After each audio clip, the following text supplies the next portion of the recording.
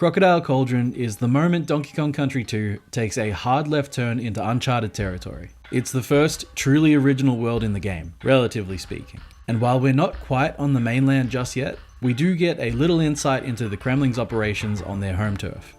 This is part 51 of Overthinking Donkey Kong Country 2.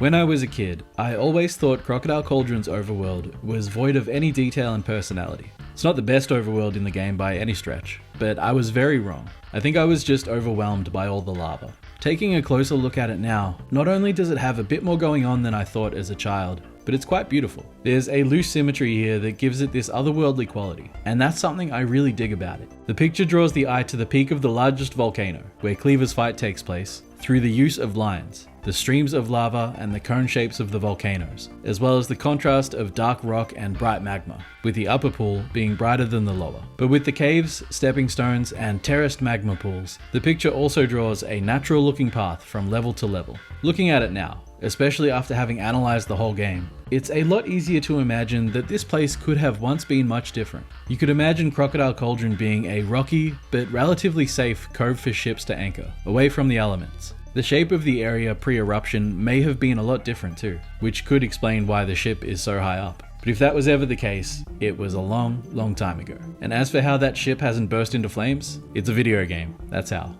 The first level of Crocodile Cauldron is Hot Head Hop, and you're immediately slapped in the face with one of the coolest atmospheres Donkey Kong Country 2 has to offer, in no small part carried by David Wise's excellent Hot Head Bop. The lava theme is one of the earliest examples of the game's art direction firing on all cylinders. The visuals mesh with the music so perfectly that, while a generic lava world is old hat even by 1995 standards, it had never been done with this level of depth. The gameplay is centered around the crockheads, Kremlings that goof off in the lava and can be used as stepping stones. Next up is Cannon's Claim, and fuck me, that 1-2 punch of lava theme to mining theme is incredible. Like, by this point, you should be starting to see why Donkey Kong Country 2 is a cut above the rest. The visuals are gorgeous. This approach to the vertical level format is unique and interesting, and makes sense from an environmental standpoint. And the music? Fuck. The music is so fucking good. Honestly, it wouldn't surprise me if the Hot Head Hop Cannon's Claim duo is the point where a lot of people fell in love with DKC2. The midpoint of Crocodile Cauldron is Lava Lagoon. We're taken back to the ship's hold for another water level, but this time around, the water is superheated and we need our buddy Clapper to magically cool it down. Clapper's the first of what I call the secondary animal buddies. Kind of like how Squawks in the first game only showed up for one level and couldn't do anything other than hold a torch. The secondary animal buddies are still rad though. Lava Lagoon's gimmick is simple but effective, like all good gimmicks. And something I think is constantly overlooked is how the minor visual change between Lava Lagoon and Lockjaw's Locker creates a totally different atmosphere. Back into the group with Red Hot Ride. I remember a lot of people in the comments saying this was a part of the game where the difficulty really ramped up, and to an extent, I get that. This level,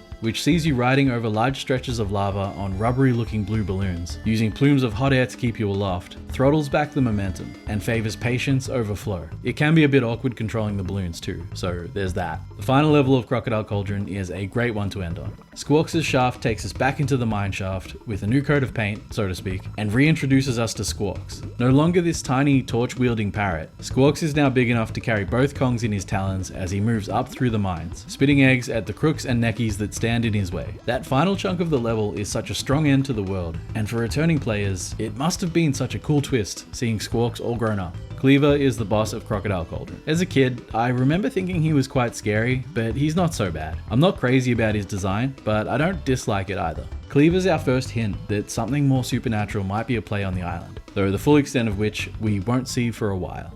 To me, Crocodile Cauldron is both a literal and metaphorical threshold. I've talked about Gangplank Galleon being the first act of DKC2, and the 3 worlds following Crocodile Cauldron comprising the second. Placing Crocodile Cauldron between the two feels very much a deliberate stylistic choice. As a means of ingress, it's prohibitive and hostile. It's a gauntlet of fire, keeping outsiders out and insiders in. And we don't get a real look at what the island is truly like until we get past it. As a result, the world itself doesn't tell us a whole lot. The only look at the lives of the Kremlings we get here is in the mines. And as for how active or successful those mines are, it's hard to say. The ship of Lava Lagoon is the second ship we've seen in the overworld.